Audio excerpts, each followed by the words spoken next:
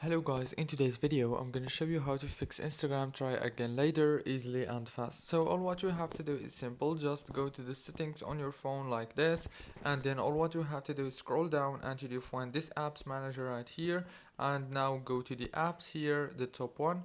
Now all what you have to do is wait a few seconds and it will take you to this page. All what you have to do here is simple, just scroll down like this until you find the Instagram and then click on it like this, and now click on the storage option.